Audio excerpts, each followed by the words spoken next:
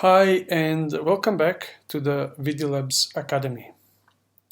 In the previous video lecture about CCTV cameras, I spoke about the camera history and explained how CCD and CMOS sensor cameras work. I also highlighted the importance of the pixel size in order to produce better electronic signal from low light levels scenes typical in the surveillance. In this video lecture, I will talk about more practical aspects of the imaging sensors, their different sizes, and how that affects the angles of view relative to the focal length of the lenses. I will show you how to determine the pixel sizes based on the sensor size itself and the pixel count. This could be very important when deciding which camera to choose for various applications. I will explain the various lens formats, not only by their mechanical thread when attaching it to a camera, but also by their projected circle, which sometimes can be smaller than the sensor. I will also show you how to determine the angles of view based on the sensor size and the lens used by way of some case studies. In the end, I will also show you how different sensor sizes and pixel count, combined with the lens quality, affects the clarity of the observed scene, which is best described with a pixel density expressed in pixels per meter. Before the current HD TV standards or high-definition television, with its 1920 by 1080 resolution and 16 by 9 aspect ratio, the TV and CCTV were only with 4 by 3 aspect ratio. The SD or standard definition television produced, of course, lower resolution in the analog days. More importantly, from the installation practical point of view, in the CCTV industry in the past there were only two main sensor sizes, half-inch and third-inch. Understanding the angles of view was reasonably easy to determine and visualize. Typically, we had the following approximate angles of view. If you had a half-inch camera sensor, to get 30 degrees horizontal angle of view, you needed 12 millimeter lens. To get a 60 degree, you needed a 6 millimeter lens. To get a 90 degrees horizontal angle of view, you need about 3 millimeter lens. For 1/3 of inch sensor camera, to get the same 30 degrees angle of view, which required 12 millimeter lens with half-inch, you needed 9 millimeter lens. To get 60 degrees horizontal angle of view, you needed 4.2 millimeter lens. And to get 90 degrees horizontal angle of view, you needed approximately 2.4 millimeter lens. If an installer was using only one type of camera, for example 1/3 of inch sensor, it was reasonably easy to remember the three focal lengths in order to achieve certain coverage. Things, however, got more complicated with the introduction of digital CCTV cameras with megapixels and HD sensors. Because of the variety of pixels available for each and different sensor, we had different angles of view with the same lens despite having the same pixel count. For example, an HD sensor producing 1920 by 1080 pixels on a half-inch sensor would produce a different angle of view from another HD camera with the same 1920 by 1080 pixels using 1/3 of inch sensor. Yet they both would have the same resolution. Of course, that depends on the quality of the lens. Where things got even more complicated is the mix of video outputs of 4 by 3 aspect ratios and 16 by 9 aspect ratio within the same camera. Despite the HD TV standards being always 16 by 9 aspect ratio, in CCTV we have megapixel cameras that produce 4 by 3 aspect ratio videos in addition to the 16 by 9 aspect ratio videos. Plenty of variations to make the findings of the angle of coverage much more complicated than what was the case with the standard definition television. Let me explain why is this so. One of the benefits in the introduction of CMOS sensors in CCTV, in addition to being cheaper to make than the CCD sensors, was the possibility to read smaller sections of the larger sensor area as if that is the native sensor size. As an example, some imaging sensor manufacturers produce a CMOS sensor of 5 megapixels, for example, consisting of 2592 by 1944 pixels, which is 4:3 aspect ratio. But within this pixel frame, the CMOS sensor can have a selectively addressable area of all smaller pixel frames, such as 1080 HD with 1920 by 1080 pixels, or 720 HD with 1280 by 720 pixels, or even smaller, the SD resolution frame of 768 by 576 pixels with 4:3 aspect ratio. Each of these picture frames would clearly produce different angles of view for the same lens attached to the camera. What this means in practice is that an operator could change the angle of view over the network without having to physically change the lens. This is a great feature of the IP cameras. Changing the angle of view of a fixed camera without having to change the lens or call an installer to do it for you. Certainly, there will be different resolution produced by the different sensor section frames, but nevertheless, a great feature of the modern megapixel IP cameras.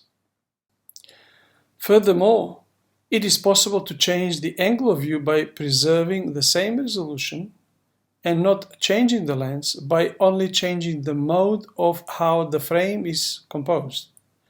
In the example shown, you can see that if a 720 HD resolution of 1280 by 720 is selected, in the pixel-to-pixel area, the angle of view is much smaller than if we choose double pixel-to-pixel area. This is twice the horizontal pixels, 2560 instead of 1280, and twice the vertical pixels, 1440 instead of 720. Such an image frame is then electronically divided by 2 in order to make 720 HD appear with 1280 by 720 pixels, whilst gathering twice as much pixels to get that. This is known as pixel binning method, where 4 real pixels are downsampled to make 1. As you can see from this example, it will be quite difficult and complicated to figure out the actual angle of view of such a camera with a sensor that can change so many different image frames areas via the camera web setup page. Certainly, first and most important thing is to make sure a suitable lens is used for the sensor size, i.e., with a projection circle that is large enough to cover the sensor area used. Ideally, the lens should cover the whole sensor, which in our example is with a diagonal of 7 mm. Thus, the lens projection circle should be at least 7 mm. But if we use only the HD part of such a camera, this projection circle can be even smaller. So how do we find these angles of view? We can use the known formula I have shown you in the video lecture about the lenses and angles of view. Or much easier it would be if we use the Videolabs calculator, which is based on the same formula. So let's start from the actual sensor size dimensions in the full 5 megapixel mode. The drawing shows that this sensor, which is referred to as 1/2.5, or type 1/2.5, which in old terminology means 1/2.5 inches. So let's see that this full sensor dimensions is 5.7 millimeters by 4.28 millimeters. This would be found in the manufacturer specifications. Now, the maximum pixel count in our example is 2592 by 1944, which is again found in the manufacturer specifications. And by using Pythagoras theorem, we can calculate the diagonal of such a sensor is 7 millimeters. Let's now assume we want to use a 6mm lens on this camera. The calculator shows that the horizontal angle of view would be 51.3 degrees and the vertical would be 39.6 degrees. This, of course, refers to the maximum sensor size and the aspect ratio of 4:3. Let's now find out what would be the angle of view if this camera is switched into 1080 HD mode of 1920 by 1080 pixels. Now, the dimensions of this sensor scanning area in HD may not be disclosed by the camera manufacturer. Rather, they may only state that the resolution is 1920 by 1080. So, to find the physical dimensions of such an area, in order to determine the angle of view using the formulas we know, we need to do a little calculations, which we would also use to determine the pixel size of such a sensor. By dividing the full 5 megapixel sensor width of 5.7 millimeter with the horizontal maximum pixel count of 2592, we get 5.7 divided by 2592 to be equal to 0.022 millimeters, which is actually 2.2 micrometers. If we now use the HD part of the sensor with 1920 horizontal pixels, its width would be 1920 times 0.022 millimeters, which is equal to about 4.22 millimeters. So similarly, the vertical part of the same HD area would be 1080 times 0.022 millimeters, which produces 2.38 millimeters. So our 1080 HD sensor area of this 5 megapixel CMOS sensor is then 4.22 times 2.38 millimeters. Using these numbers, our horizontal angle of view with the same 6mm lens we assumed initially will be obtained using the formula which is shown here. While we are here at this topic of changing the resolution, I would like to remind you that by changing the resolution, there are other things that might be affected as well, not just the angle of view.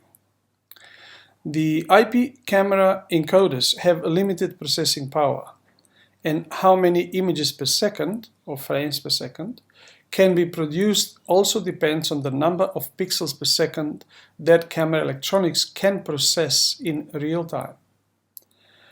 This, in practice, means that while streaming HD at 25 frames per second would be expected and possible, it could well be that when using the complete 5 megapixel frame, the encoder cannot process more than maybe 5 frames per second, for example.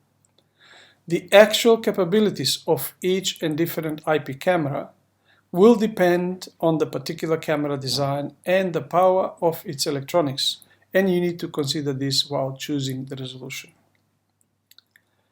Now, a few words about the lens size. We already know that there is a C/CS mount standard, C/CS mount standard in CCTV, which refers to the mechanical mounting thread of 1 inch in diameter, which is 25.4 millimeters, and 32 threads per inch, which is the actual threading mounting standard. And the back flange to sensor distance is 17.5 millimeter for the C mount and 12.5 millimeters for the CS mount. These are the most common mechanical mounting standards for CCTV cameras, lenses. For smaller size cameras, typically the so-called board cameras, there is a smaller mounting standard referred to as S mount. This is a metric thread mount with 12 millimeter in diameter and threads each at 0.5 millimeter, also written as M12 times 0.5 millimeter. So this is the so-called S mount. Any of the above mechanical thread standards may have a lens that projects a circular image, like all lenses do, which needs to be equal or bigger than the diagonal of the sensor. In such a case, it is said that the lens is of suitable format for the given sensor. Please note that this projected circle has no reference to the focal length in millimeters. A lens of 6 mm, for example, can be designed and made for a 1/3 inch sensor, or type 1/3 sensor, or for 1/2 inch sensor type, or maybe even for 1 inch sensor. The focal length in all of this is the same, but the projected circle would be larger for the larger sensor. The 6 mm lens for the larger sensor would have larger and more complex optics, which, as a general rule of thumb, would make them more expensive. So, a 6 mm lens from the previous example made for 1/3 inch sensor may not be suitable for a 1/2 inch sensor, for example, as the projection circle of such a lens will not necessarily cover the complete 1/2 inch sensor. This is usually seen as cropped corners, as shown in the example here. The opposite scenario of a 6 mm lens designed for 1/2 inch sensor being put on a 1/3 inch sensor should work without any problems in regards to the projection circle being bigger than what the sensor requires. There is no problem with such a scenario, providing the back flange distance is suitable for the mounting type. Remember, the C mount is 17.5 mm, while CS mount is 12.5 mm back flange to the sensor surface area. So, if we have a 6 mm lens designed for 1/2 inch sensor and C mounting, it obviously will work with a 1/2 inch sensor C mount camera. But the same lens will work with CS mount 1/3 inch camera, as it will cover the complete sensor being smaller, but the lens will require a 5 mm ring adapter C/CS because the back flange of a CS mount camera is designed to project sharp images at 12.5 mm from the back flange of the lens. The opposite scenario of a 6 mm 1/3 inch lens designed for a CS mount camera will not be suitable for a C mount camera, even if the projection circle is larger enough to cover the sensor of the C mount camera, but the back flange distance of the C mount camera is 5 mm too large, too long for a sharp image projected from a CS mount lens to appear. No adapter can fix this problem. The lens is just not suitable by its mounting design. As you can now appreciate, there are quite a few confusing formats and standards which you need to be aware of when buying a separate lens from your box camera. Certainly, if the lens comes built in together with the camera, you don't need to worry about this. But there are still cases where people prefer to buy a camera and then separate lens to achieve certain high quality imagery. So be aware of these mounting standard differences. Lens manufacturers would indicate in their catalog which of their lenses is designed for which sensor size and mount. Although the CS mounting are most common today, caution should be exercised because of the various standards.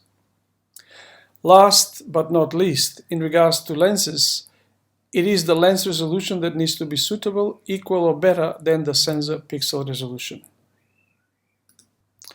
If you recall from the video lecture about the fundamentals of optics, I explained about the MTF, modulation transfer function, as a characteristic that indicates the lens quality. Sadly, in CCTV, not many manufacturers would give you such an information, but based on the latest standards, I hope that this approach will change. The MTF in optics is expressed in lines per millimeter, indicating how many black lines on a white paper can be discerned in 1 millimeter.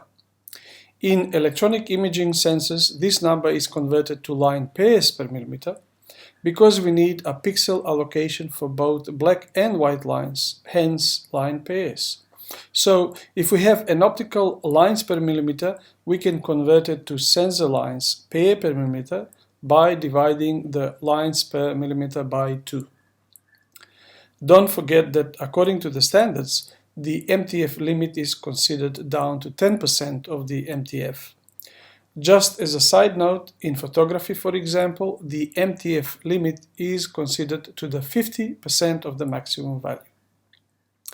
So, for example, let's assume we have purchased a lens which the manufacturer states to have an MTF of 200 lines per millimeter in the center of the projected circle for the 10% of modulation transfer function of the maximum MTF. The center of the projected circle is typically the highest resolution a lens can have, and as we go towards the edges of the projected circle, the resolution reduces. Let's now assume we have the same megapixel camera we mentioned in the previous example. This is to say we have a 5 megapixels on a type 1/2.5 sensor with dimensions of 5.7 mm by 4.28 with pixel count of 2592 by 1944. To find out the pixel resolution, we need to divide the 2592 by the width of the sensor of 5.7 mm, which equals to 454 pixels per millimeter. We can only have half of that as line pairs, because we need pixels for both black and white lines. Hence, this sensor resolution, maximum resolution, would be 227 line pairs per millimeter.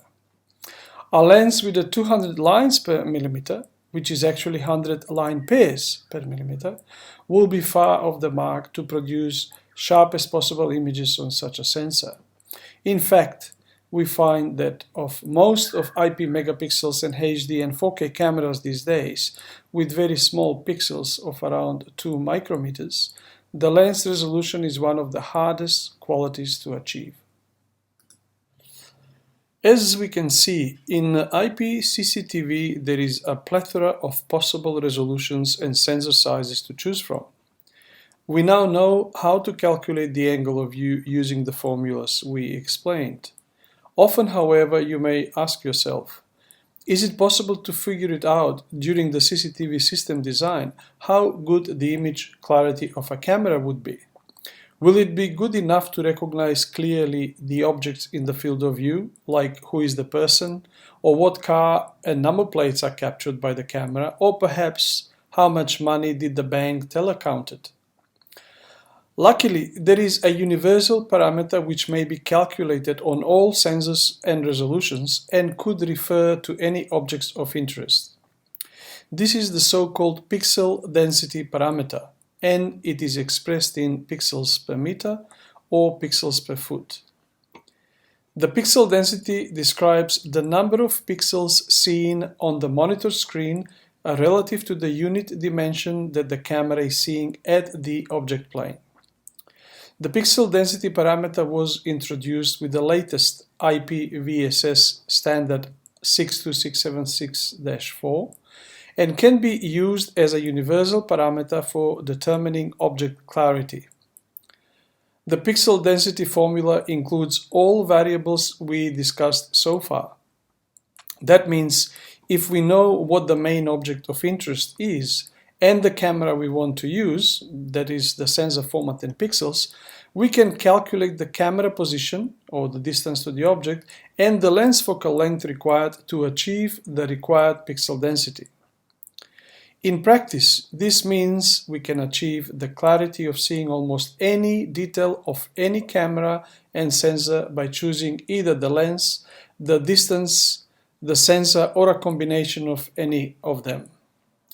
We are not limited of having to use only high megapixel sensors cameras because pixel density can be achieved with any sensor size. It is only a matter of finding the suitable lens and distance. All we need to know is really what pixel density is required for the object we wish to monitor. With many experiments, testing in our labs and comparisons with standards, we have come up with a universal table that covers most of the objects of interest in CCTV. This is shown in this table. The typical objects of interest are listed in the left column, and the central reference of this table is the face identification in the middle green cell. The middle column is what the IEC 62676-4 was recommending before the corrections, which were made last year by VideoLabs. I should point out that the original IEC 62676-4 document was released in 2014, had an error in calculating the pixel density based on the reference of 100% human height for face identification in the original standard definition standards. Based on an average human height of 1.7 meters and head size of 25 centimeters, this yields approximately 350 pixels per meter, which is the correct calculation. The IEC calculation states 250 pixels per meter for face identification, which is way too low and inconsistent with the above starting point of 100% human height in the same document. In addition, this pixel density did not consider the introduction of loss of details due to compression and noise. As a member of the Workgroup 12 at the IEC Technical Committee 79, I have made a corrigendum document which was submitted in 2018 on behalf of Standards Australia. This corrigendum has requested that all pixel density listed in the 62676-4 are corrected accordingly. I expect that these corrections will be implemented with the next update of the 62676-4. So we suggest you use the column on the right as a more realistic matrix, although nothing stops you to use the middle, the IEC column, but expect that you will have some difficulties in recognition, especially if you use heavy compression or noisy video like in low light levels. Let's now work out some examples so that I can show you how this formula can be used on almost any subject or object. I will cover three cases. The first one would be about license plates recognition, second will be for face identification, and the third one will be for casino cards and money recognition. Okay, so just before we go with the case studies and examples, I would like to say just a couple of words here about this table where, as I said, the face identification, the green cell, is the reference one, which is easy to remember. IEC suggests 250 pixels per meter or 76 pixels per foot, while we say that the more accurate calculation based on even their own standard with the illustration they have is about 350 pixels per meter, which is about 106 pixels per foot. So clearly the numbers in brackets are pixels per foot and the bold numbers are pixels per meter. Where you have no numbers in the cells under the IEC is simply because there was none in the standards. So the numbers here are actually obtained by our testing and experiments in VideoLabs. So take these numbers conditionally. So in other words, you may actually need higher or maybe even slightly lower pixel density, depending upon your ability of observing and determining certain things. However, these are quite safe and consider even compression to an effect that reduce a little bit details as well as low noise. So let's go now and see how we can use this in practice. So this is the first case study that we want to use as an example. Let's say we need to do license plate recognition for a vehicle that actually passes by the camera at about 20 meters away. Let's say the inductive loop that usually triggers such a camera captured image is about 20 meters away. And let's assume that the vehicle goes with 60 kilometers per hour. So we know that the camera can be installed on a pole, so the distance between the lens, the camera, and the position of the loop is about 20 meters away.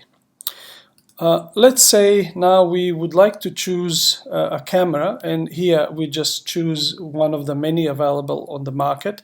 Let's choose a camera of type 1/1.9, which is basically 1/1.9 inch sensor. That means once we know the sensor, we know what is the sensor size. That is 7.2 by 4.5 millimeters. So you should be able to find this in the camera manufacturer specification. And let's say we have chosen this camera because it comes up with in 4K resolution. That means 3840 by 2160 pixels. And also let's assume that this camera comes with a varifocal lens of 8 to 40 millimeter lens. So what do we need to do is we need to first find out what is the pixel density for the number plate. And we, even though there is a standard for it, we always start with the basic things. In our case, assume that the numbers on the number plate height is 70 millimeters. This is more or less common for a lot of countries, but certainly each different country needs to be checked, so please verify with your country. But the point is that the standards requires about 30 pixels height to be read by an operator for the numbers to be read. Now, if we do a little maths, that means that if we divide 1000 millimeters by 70 millimeter, which is the height of the numbers, we get a factor of 14.3, pardon me. So if we multiply 14.3 by 30 pixels height required, pixel density will become to be about 429 pixels per meter. So see here, irrespective whether you know of standards or not, you can actually calculate yourself depending upon what somebody suggests that you require for pixel for number plate recognition. In our case, we assume this is for visual recognition, and the standards do require 30 pixels height approximately for clear visual identification of the number plate. So we now know that based on this, we actually find out that the pixel density is about 429 pixels per meter more accurately. So what we do is then we start from the formula that we already introduced. So that means pixel density is proportional to the focal length, to the to the number of horizontal pixels divided by the distance to the object, and the actual S is the width of the sensor in millimeters, which basically produces the focal length result. So if you do maths here and transfer focal length on this side, this on that side, that means focal length is actually pixel density times distance times sensor size in millimeters divided by the pardon me, number of horizontal pixels. If we replace all the numbers there, that is pixel density, we set 429 pixels per meter. The actual distance is 20 meters. And the actual sensor is 7.2 millimeters. That needs to be divided by the total number of pixels in horizontal direction, which is 3840, and that yields a number of 16 millimeters. That means with this particular sensor of type 1.1 over 1.9 and 4K video signal, we need to put a 16 millimeter lens, obviously focused and have sufficient light, in order to see clearly a number plate at the distance of about 20 meters. Now, just one important thing to mention here. You probably would notice that the pixel density here is pixels per meter. The distance is in meters, but the actual sensor width is in millimeters.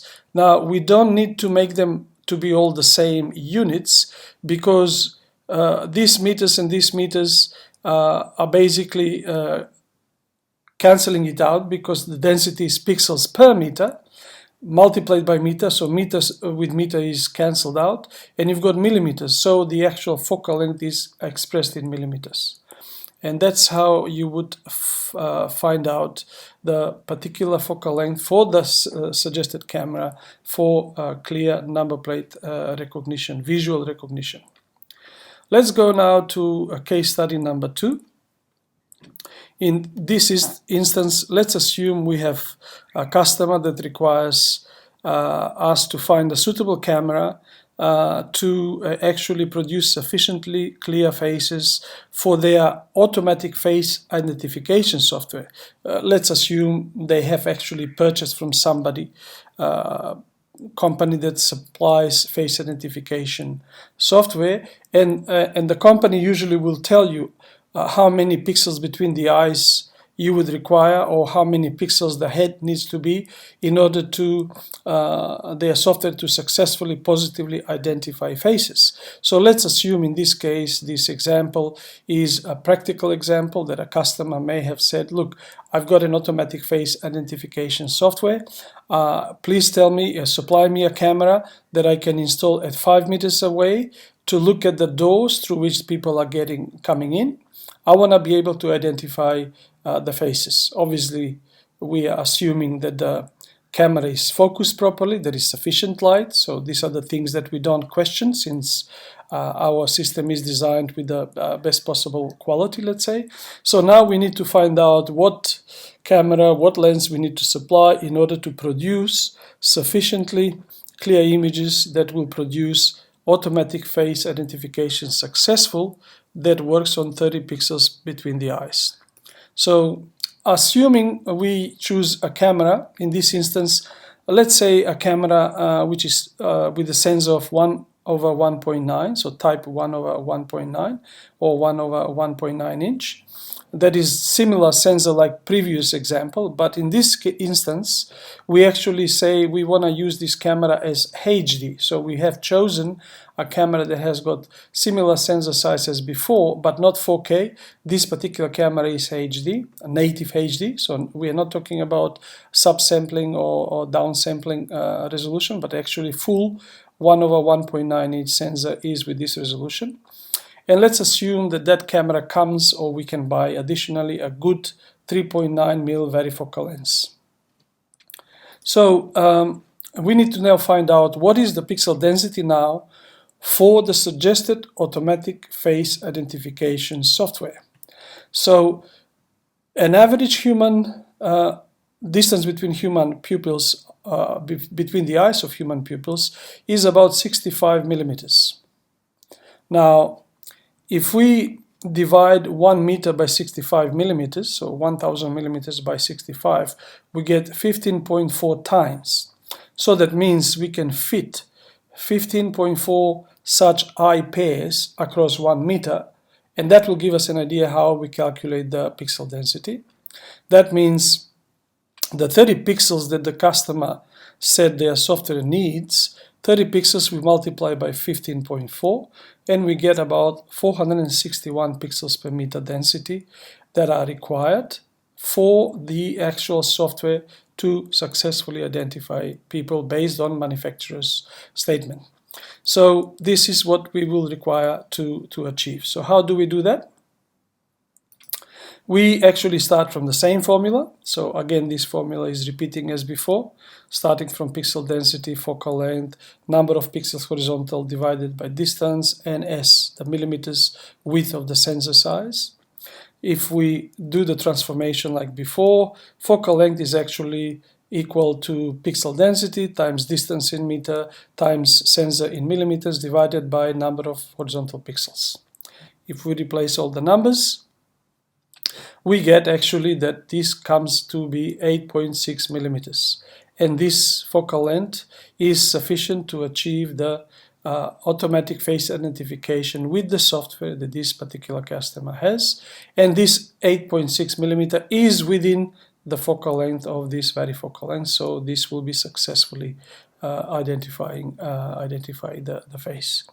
That means we can even from there even find out what is the horizontal field of view using the Pythagoras, or one of the previous formulas that I showed you that gives you about 4 meter width and 45 degrees horizontal angle of view at that distance of 5 meters with that particular camera with 8.6 millimeter lens.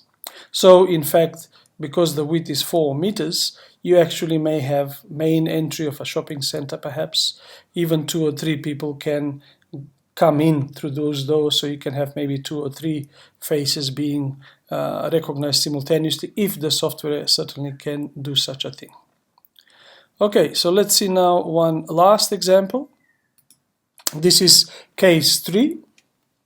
Let's assume we are solving a problem for a casino where playing cards and money are being handled.